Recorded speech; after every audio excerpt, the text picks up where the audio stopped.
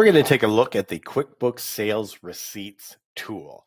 You can find this on our tools page underneath the growth plan tools. So this is not a free tool. You need to subscribe to the growth plan in order to use it. And the reason is that there is an integration required for this tool with the QuickBooks Online API.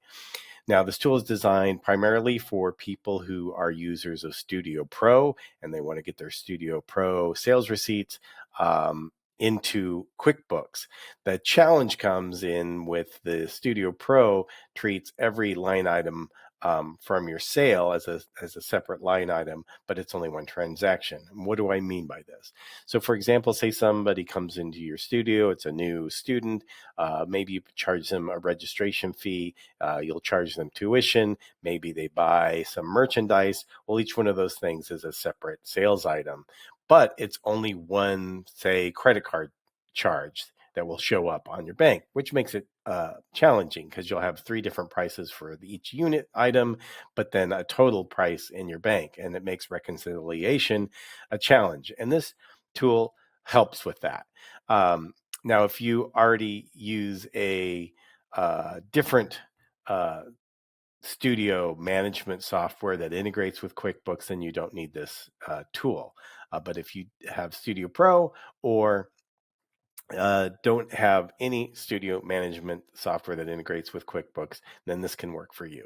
The thing also to keep in mind is that with the Studio Pro setup, you have to make sure that you have all your sales categories set up so that it can assign those to the accounts in QuickBooks Online. And of course, you will also need to have a QuickBooks Online account. So let's take a look at the tool. So the first thing you need to do is connect to your QuickBooks. Now you click here and it'll go through the process. I'm not able to show that to you, so but it's pretty intuitive. And then after you've connected to your QuickBooks Online account, you should show that it's connected. And then you'll want to download the sales receipts from Studio Pro so you can upload them here, which I'll show you here in a second. Now, if you don't have Studio Pro, you can also download the Excel template and manually fill in your sales receipts. But it's important to know that if you're using this Excel template, you can't change the names on the headers, and you want to keep all the columns in the same order. So don't reformat the page, just fill in the values that belong in each column. I am now logged into my Studio Pro account, and to get the right report, we go here to More, we go to Reports, and then under Billing, then you scroll down to Payments, All Codes and Types. And when you click on this, you'll be taken to that report. You'll then put in the date range that you want to choose your sales receipts from, and then you'll click Download to Excel. Now that I have my Studio Pro sales receipts file downloaded to my hard drive, I just click here to upload it, or I can drag and drop, and I load that in there. And you can see you get it broken down by the different types of transactions. And in this case, we have some that ADN means they're credit card transactions for us, but it depends on whatever is in your report, or cash. It might also have check. And like I said, whatever different types of sales transactions, it'll group them by that. And so then you can say, oh, what do I want to include? Say, I don't want to do cash because I'm only concerned with the credit card transactions right now.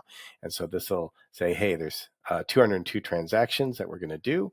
And then I'll just click Upload One Payment Type. It'll go through the process of uploading it. And of course, depending on how many transactions you have, this can be how long it'll take. Right now, it's estimating about 5 minutes. So I'll skip ahead. All right. And it's all done. And so here it shows us our upload history and our results. So we uploaded this report.xls. We just did the ADN payment type.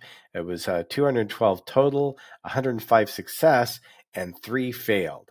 So if we want to know why things failed, then we can look here at the view errors. Also, we can undo this if for some reason there's these failures and we're like, maybe there was something wrong with our Excel file and it's completely like there's so many failures that something must have gone wrong. So we can undo this by just clicking here, and this will delete all of the sales receipts that we just uploaded. But let's take a look at the errors. So we have 3 failures here, and the first 2 failures are negative values, and that's because they're refunds, but QuickBooks does not allow negative values in their sales receipt, which is fine because we can enter these manually, or we can put them in our deposit manually as well. Fortunately, we don't do too many refunds, so it's not that much work to manually add a couple of transactions. Now, on this third one, the problem we have here is a known bug, and that's because the client name has an apostrophe in it. I've got the client names blurred out simply for the purposes of their privacy and for our privacy. So hopefully, by the time you use this tool, that bug will be resolved. All right, so let's jump over to QuickBooks.